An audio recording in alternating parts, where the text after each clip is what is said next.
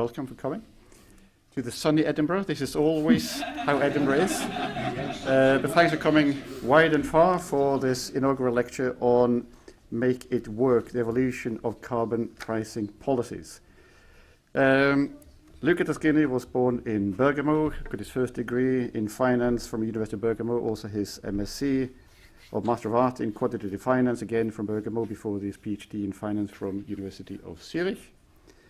Joined us here as a reader initially in 2019 and was given the chair in Climate Change Finance here in November 2023. Before that, he spent a long time at the Grantham Research Institute in London School of Economics, where he's still a visiting fellow. He's also had visiting appointments at MIT, Center for Energy and Environmental Policy Research, and also at the Ritsumeikan University in Japan. We are really honored to have Luca here as the Professor of Climate Finance. Research is focusing on developing theories and applying practices for carbon pricing policies, more recently also on assessing the impact of climate change and capital markets, and we're going to hear more about Luca's research very soon.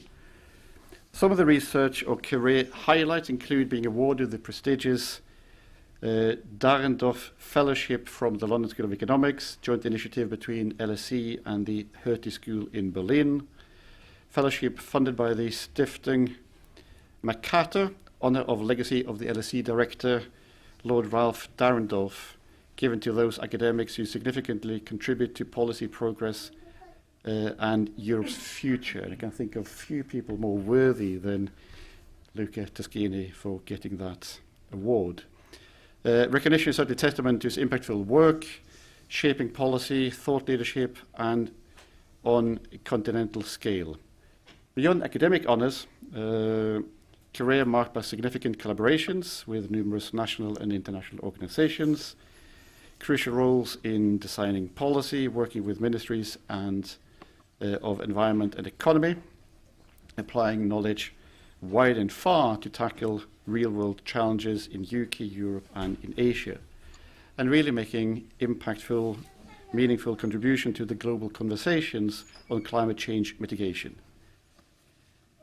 I recently found that in his so-called spare time, I'm not quite sure where the spare time is, but Luca is a keen gardener,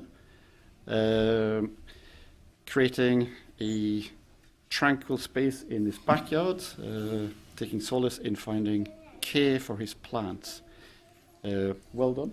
I'm not quite sure where you fit that in, but well done for doing that. Luca will talk for about 45 minutes and then a bit of time for Q&A, and at the end we'll have a drinks reception just outside in the foyer. I hope you will join us for that. In the meantime, Professor Taschini, over to you. Thank you. Thanks a lot. Thank you, Joe.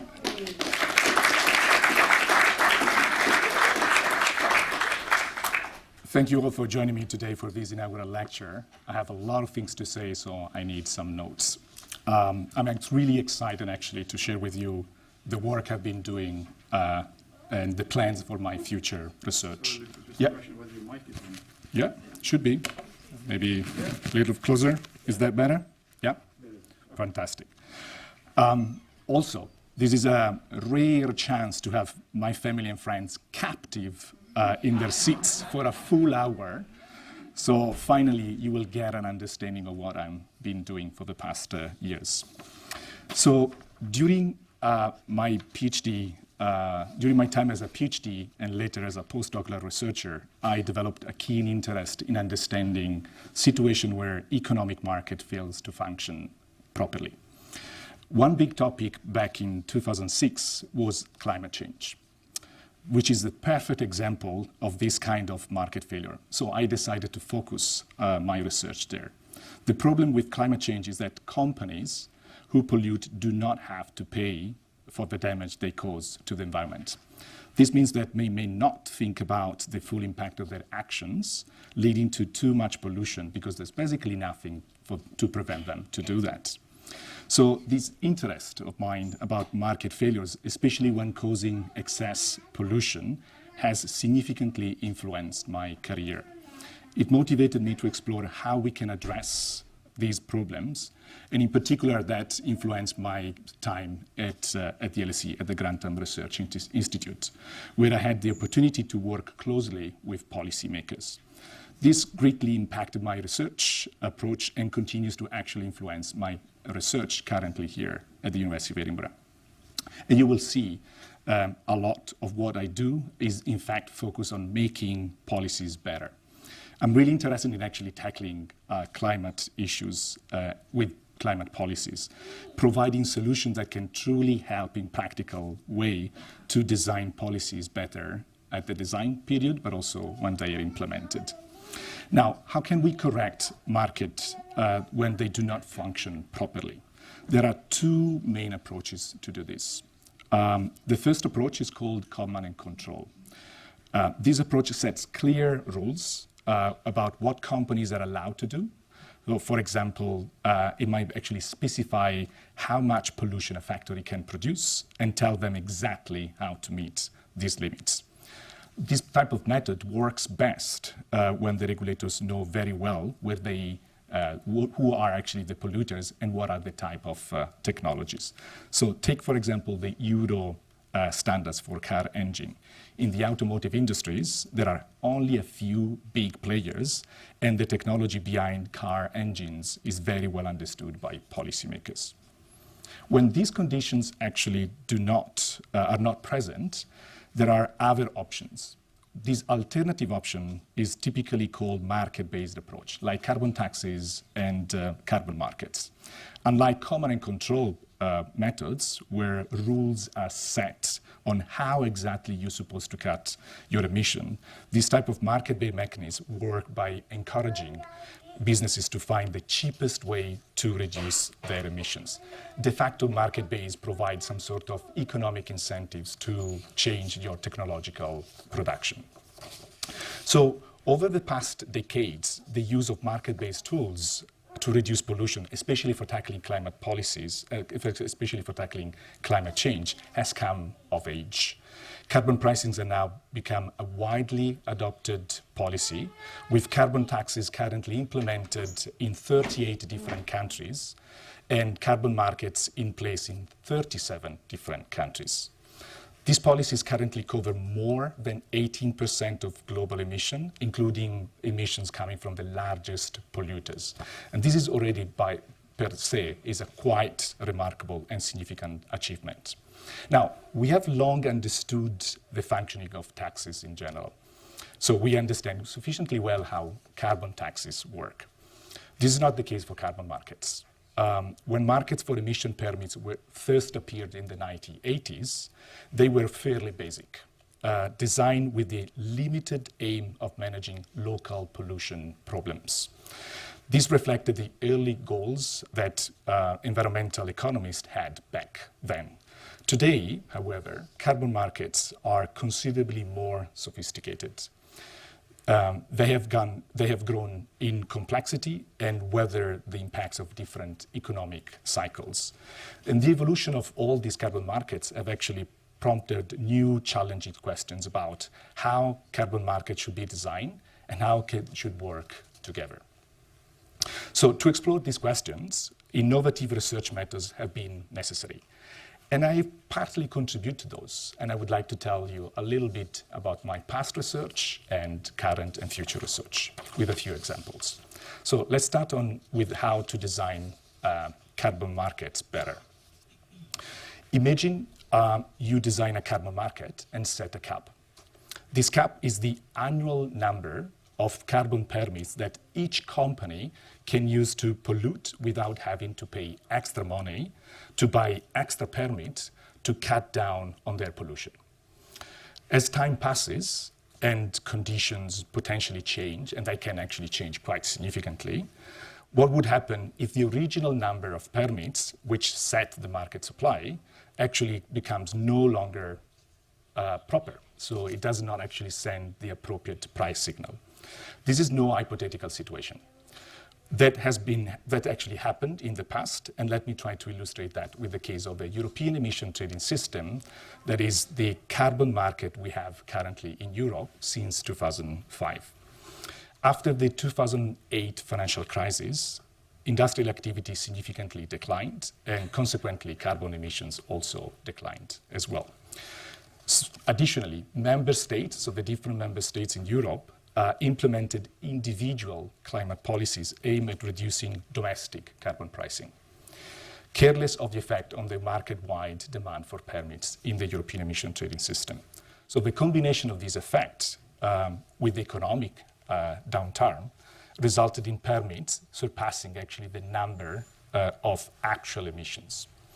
So with an excessive amount of permits in the market, carbon pricing fell. And that's what you see around the green area.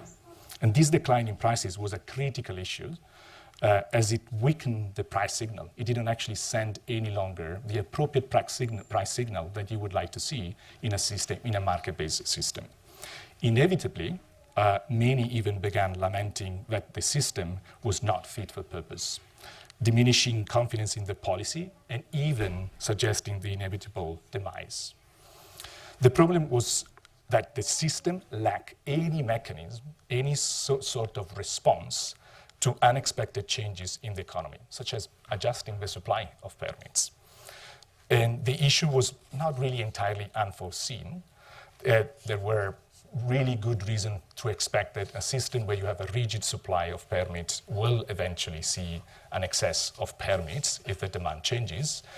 The real question was how to really fix it. So we initiated conversation with the European Commission and studied a mechanism with the objective to make the supply of permits respond somehow to fluctuations in the demand for permits. Figuring this out wasn't really straightforward for different reasons. First, we had actually to decide what exactly the supply of the permit should respond to. Should it respond to the prices? Should it respond to any other type of metric in the system? Second, we had to understand how quick should that response be. Should it balance out every up and down in the demand or not?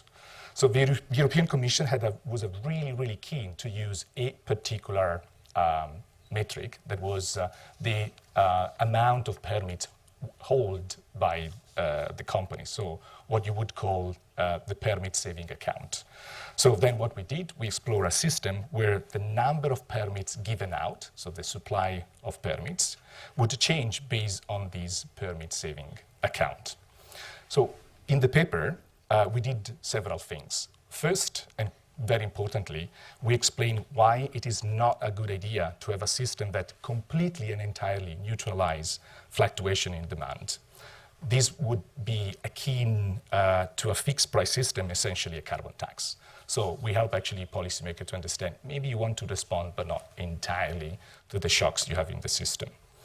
We also explain why it is not a good idea to have a system that adjusts too quickly to changes. That's because it entirely removes the ability for companies to spread out the cost across time. We also figure out the best speed at which to make those adjustments to the number of permits available. And this adjustment rate is very important. It was very important for making sure that the amendment of the system works as intended. Back in 2015, the European Commission decided actually to introduce exactly such a mechanism with an adjustment rate similar to what we actually recommended. And they call it the Market Stability Reserve. In the original version of the Market Stability Reserve, this mechanism temporarily removes allowances from the market and sets them aside in a reserve. So in a companion paper, we explain why temporarily remove or holding back some of those permits doesn't really work well. And we supported the idea of cancellation of some of the permits from the system to make it more effective. In 2018, the European Commission made actually changes to the Market Stability Reserve by adding a new rule where they wanted actually to implement the cancellation of the permits permanently. And as you can see, the change of the amendment of the Market Stability Reserve caused prices to go up, which eventually was a good thing So those who actually wanted to see higher prices and a stronger price signal in the system. This was an extremely rewarding research project. I had a chance to present my findings in front of the European Parliament Committee on the Environment, and separately and in several different occasions to the then UK Department of Energy and Climate Change, which is now known as Department for Energy Security and Net Zero. So now moving on from designing carbon markets better to making them work better. The best scenario for carbon pricing would be to have a single price that uniformly cover all the sectors, all industries, every single pollutant across the world. Unfortunately, this is not the case. Instead, we're seeing more and more carbon markets being planned and set up, suggesting that a bottom-up approach, where this type of markets now eventually might be connect, could actually shape the global climate policy in the future. In fact, some carbon markets are already linked together. Think about Quebec and California. They have a system where they are linked. The regional greenhouse gases in the northeast of the United States is essentially a collection of network system. The European Union emission trading system, carbon market in European Union, and the Swiss carbon market are also joined their system. And there are talks about potentially link back the UK system with the European. And additionally, there are also other countries like Vietnam, Malaysia, Indonesia, preparing to start their own carbon market, which eventually might actually link up with others. Now, linking is potentially something useful. In 2 of my research papers, we looked at the advantages of connecting separate markets and discussed why actually some of the attempts to connect haven't really worked out. So we tried actually to explain what's not working here, or what's prevent actually linkage. Our findings help explaining and helping policymakers to actually remove these barriers. What we find? So we found that smaller markets, like those in Quebec and Switzerland, often benefit the most by linking with a bigger market like California and the US. Mine actually seems quite obvious, but actually put a right precise number on that wasn't really easy. We also learned that it's tricky and expensive, really expensive, to coordinate rule, negotiate partnership, and set up the necessary structure for these interlinkages. So basically, a link between 2 markets won't make economic sense if there are initial costs that are really too high. Conversely, if a cost is relatively affordable, both sides will actually benefit. And that's exactly why the links between the European Union and Switzerland succeeded. This is the reason why states like Washington and New York are trying to create their own system and link to systems that are what we call institutional similar. And this is also the reason why, for example, conversation between Europe and China never actually took off. Again, the project gave me another opportunity to work with policymakers, helping Canadian provinces, South Korea, and different Chinese pilot systems to understand and identify the most suitable partners for an interconnections. The project wrapped up with a presentation of our findings to the UK Parliament Energy on Climate Change Committee, which was both an intimidating and incredibly rewarding experience. Now, I would like to talk a bit about my current recent research, which focuses on finding what I would call the weak spots in current carbon markets and suggest how we can try to make them better. As I mentioned earlier, one of the big wins of carbon markets is that they help to put a price on carbon emissions. With a price on carbon emission, it costs more basically for a company to release carbon into the atmosphere. If the price goes up, you would actually expect companies to reduce more and more, or actually identify lower carbon alternatives. So the big questions here is, have we actually cut down on emissions? Well, while the overall emissions in most carbon markets, the aggregate total carbon emission, in most carbon markets usually stay within the allowed limits, so below the cap, the biggest drop is actually seen in sectors like electricity generation. For example, in Europe, the electricity sector has significantly cut down its carbon emission over the past 10 years, but other really important sectors like manufacturing, construction, and the mining sector haven't really made much progress. And their emission really stayed pretty much flat across the past 15 years. Turns out that the type of emissions these sectors produce play a really big role. The electricity sectors mainly deals with emission from burning fuels, so they can reduce their carbon footprint by switching to fuels that aren't as bad for the environment as the previous one they were using. This is usually typically called fuel switching, and it means that basically they produce less carbon for the same unit of electricity output. On the other hand, emissions from industrial processes have stayed about the same because changes in the processes, so reduced emission from processes, tend to be really expensive and often extremely complicated.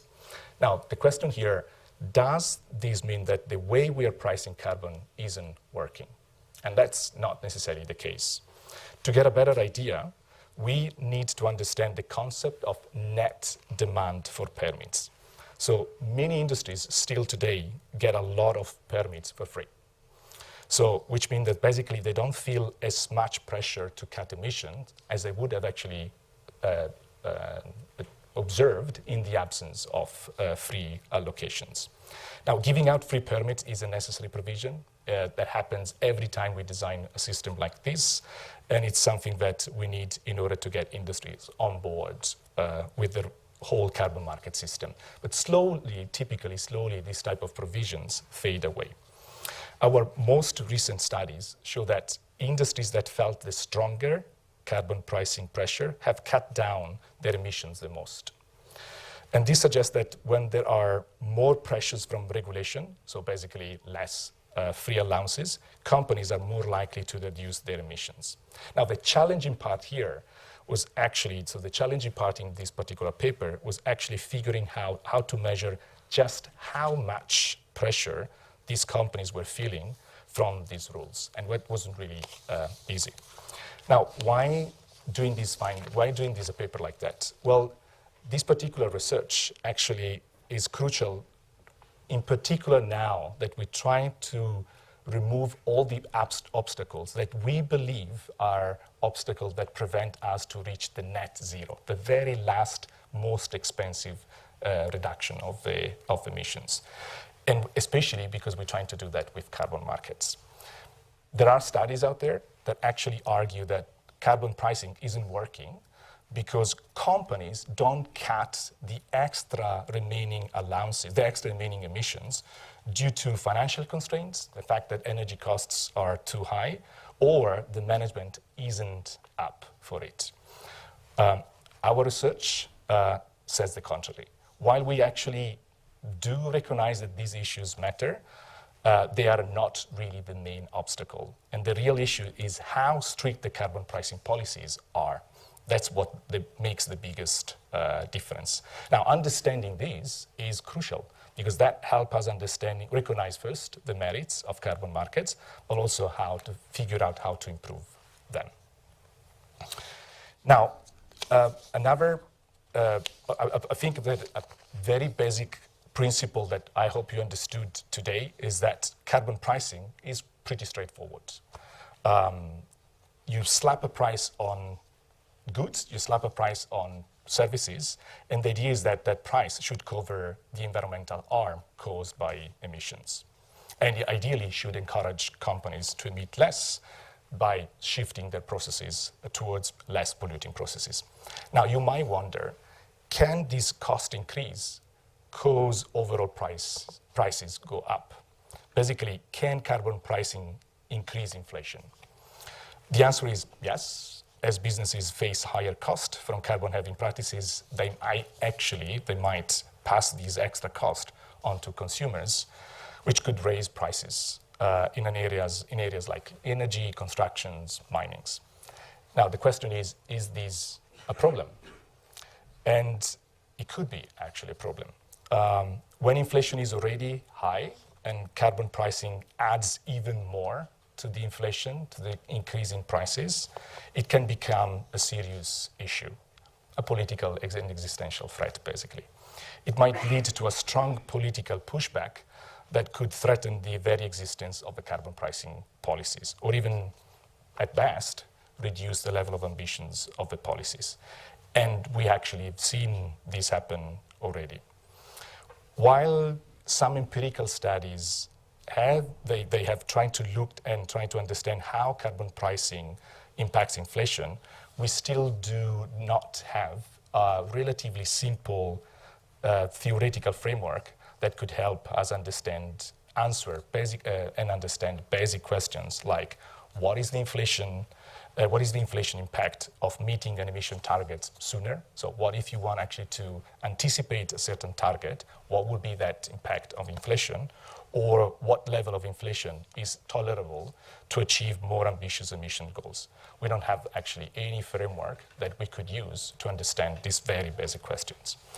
In a recent study, we developed such a theoretical framework, a model, a relatively simple model, where a policymaker can try to understand how to best balance policy and environmental goals and inflation concerns. This model will help and is already helping us examining what might happen if policy is changing. In particular, or just to give you an example, what would happen if the European Commission decides to go ahead with the plan to cut the European net emission to 90% below what emissions were in 1990 by the year 2040. So with the model I was mentioning, we are able to put a figure, a percentage on the potentially increased inflation that is between 2 and 3%. Now, these help actually policymakers in understanding how minor adjustments in the policy scopes, in the carbon market scopes, or allocation of permit can actually help mitigating the potential impact on inflation and also reducing the political backlash. I would like to conclude the presentation discussing my upcoming research, which is divided into two main areas. The first aims to advance carbon pricing around the world, assisting countries in determining the most suitable carbon pricing option to adopt, that can actually be adopted. And the second area of research is at the crossroads of finance and climate change. Currently, a variety of carbon taxes and emission trading systems are operational, with more actually in the pipeline. But many countries have yet to adopt any form of carbon pricing. You see, there are actually a lot of countries that as of now, they don't have yet really adopted any sort of carbon pricing system. And through the conversation with the key stakeholders, it has become apparent to me that these countries are still actually asking a fundamental question, that is, which type of carbon pricing instrument should they implement? A tax or a carbon market? And in the past, I actually have assisted some countries, including the UK and also Taiwan, in navigating these choices. And I also collaborated with the World Bank to produce a handbook for policymakers which outlined the benefits of carbon taxes versus carbon markets. But those solutions, they're really developed and customized for individual countries. That's the case of UK and Taiwan and a few others, and are not really applicable elsewhere. And the handbook itself, while informative, obviously, is too general to be of practical use. So current research I'm trying to do is to devise or actually plan to create a tool that will help policymakers select most appropriate carbon pricing strategies for their specific national conditions and eliminate unsuitable options. So in a way, basically, in front of two options, you should be able to select the most appropriate, or drop the least inappropriate. To do this, I will need to consider the important factors necessary for making informed decisions about carbon pricing. And obviously, this includes understanding where the most emissions come from, what are the industries involved, their structure, and the country's market and institutional readiness. This tool, this is my idea, very keen to get your feedback, will take the form of a decision tree that simplifies the process by weeding out options that don't match a country-specific situation. To inform my research, I have already begun discussion with the World Bank and some countries with the hope that my work will eventually help to fill in the gaps of the map you see here. This second focus of my, I would also say current but also future research, lies at the crossroad of finance and climate change. So we already know that climate change impacts society and the economy in many different ways, like agriculture and work productivity, human health, mortality, and broader economic growth. And there is already a lot of really strong, clear evidence for those effects on a large scales. This is basically what economists usually call macro data. So climate economics is a thing, and the impact of climate is visible on macro data. However, when we look closer at the financial data or micro data, such as company costs, revenue, sales, stock prices, bond yields, the evidence becomes really less clear. Here, scholars find mixed results. We suggest that there might be a disconnect between what we learn and understand from climate economics and what we learn and understand from climate finance. For instance, take temperature changes. So this is a key indicator often studied to understand climate impacts on financial markets. What we observe is that there is unquestionably an impact on certain sectors, like agriculture or tourism, for example. However, the impact seems to have no noticeable seems to have no noticeable impact on costs, sales, revenues of other really important industries such as manufacturing, materials, or consumer staples. Now, this disconnect between climate economics and climate finance from a very high level of aggregated outcomes from less disaggregated outcomes, this disconnect actually can be problematic because it might make financial markets ignore entirely the risks of climate change that basically can go around, like happened actually here with Kirk Stewart. They might say, why worry about climate change if it doesn't actually appear to be risky to us? We argue that this disconnect between these two streams of research arise from what is really a difficult task, that is clearly identify how climate change, like for example, temperature changes, impact various industries. So we believe that financial markets are using the wrong metrics to gauge the impact of climate change. Simply put, in the context of temperature, what we believe is that they are currently using the wrong thermometer. So we should actually use a much more appropriate thermometer. So in our research, we actually identify a better method to measure this impact. Think of it as a right thermometer that clearly shows the real effect of temperature changes on financial data. The proposed methods clearly reveals, so we did already some more than actually preliminary research, clearly reveals impacts on most industries, so beyond the usual suspects. And that we also showcase and demonstrate that using the appropriate metrics, we can detect impacts on operational cost, so the supply side of these industries, but also on the impact on the money they bring in, so the sales and revenues, the demand sides. Now, today, these findings are especially important. Why? Well, because financial authorities are currently establishing standards along with new metrics and indicators. And as you can see, these standards tend to be extremely specific when it comes to emissions, but totally unspecific, that's point C, when it comes to physical climate risk. So there are basically a lack of identification of appropriate measure. And we hope actually to contribute to this and reduce or mitigate this vague and generic request of reporting.